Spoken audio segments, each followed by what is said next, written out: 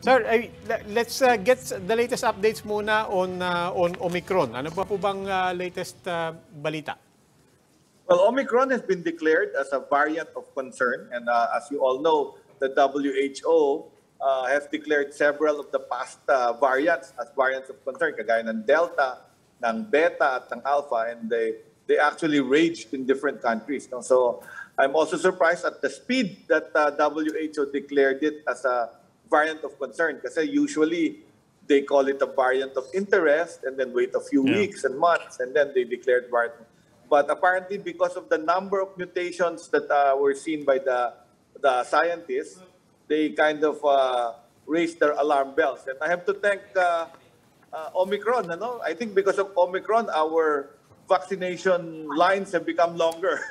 I think we turned the leaf on hesitancy because for the past 2 days, we've been able to vaccinate over 4 million first doses. So where has these 4 million been all this time? That means they've been waiting to be vaccinated or they're hesitating.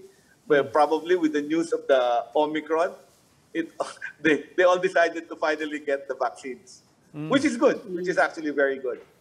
Pero sir, at the same time, the World Bank, the WHO seems to or appears to be trying to walk back a bit on the panic button. Kasi kanina ang sabi ng WHO, let's have a more rational response to what's happening. Don't issue blanket bans and so on down the line. So parang nahimasmasan na parang, baka naman we're panicking too much without enough data. Is that the right way of contextualizing it? That's actually true. And I think that's a very good statement. We're panicking too much. I think even with Delta, when it started to rage, what happened was some people said the vaccines might not work. But eventually the vaccines work. I mean, we're at our lowest after our Delta surge just by purely vaccinating at the geographic areas like NCR and getting about 95, 97% of NCR vaccinated. We're now at the state na, as you said, below 500, the lowest ever since last year. So I think the story will be the same. When Omicron comes, the vaccines will work, maybe not as effectively, but I think it's still the same SARS-CoV-2. It's just a different variant.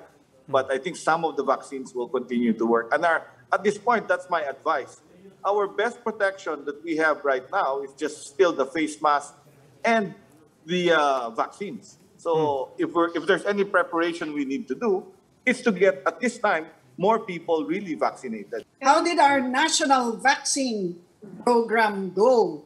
I understand that the target was not really met, but how do you feel about the 8 million or so na nagpabakuna? Yeah, I'm actually very happy. So when you implement a program, the goal was really to vaccinate more Filipinos. I mean, that was the idea, and vaccinate more Filipinos at a faster rate with the help of everyone. Well, if you talk about the volunteerism of all the agencies and NGOs and private sector that help, I can say it's a true success. I mean, no other country has probably implemented something like this where everybody helped. So when I saw the pictures at the vaccination center with lots and lots of people wanting to be vaccinated, that's a success in itself. When they say 30% of the population is hesitant, but you saw that many people in the vaccination sites, that's a success. The targets, we always say we put a target. You always go to class and say, I want to get a grade of 95. But if you get a grade of 93, that's fine, right? Your parents will tell you did well, son, etc. So I think reach the goal of 9 million, baka nga ma-reach pa natin yun. Kasi on the first day, we had 2.55 million. And then after another, like this morning, they said that was 2.7 because the reports are late. There are islands that are manual and don't have internet. Parang election. There are late returns. So partial tally lang talaga. So ang total, ang official, nakuha lang natin this afternoon for the first day is 2.7. And as of noon today, the second day was already 2.3. So we'll have, again, wait in the evening and until tomorrow until everybody submits their reports of how many they vaccinated. And then the good thing is there is a USEC in Mindanao from DOH saying we want to continue the national vaccination date for another 2 days, for Thursday and Friday. Pina-extend nila.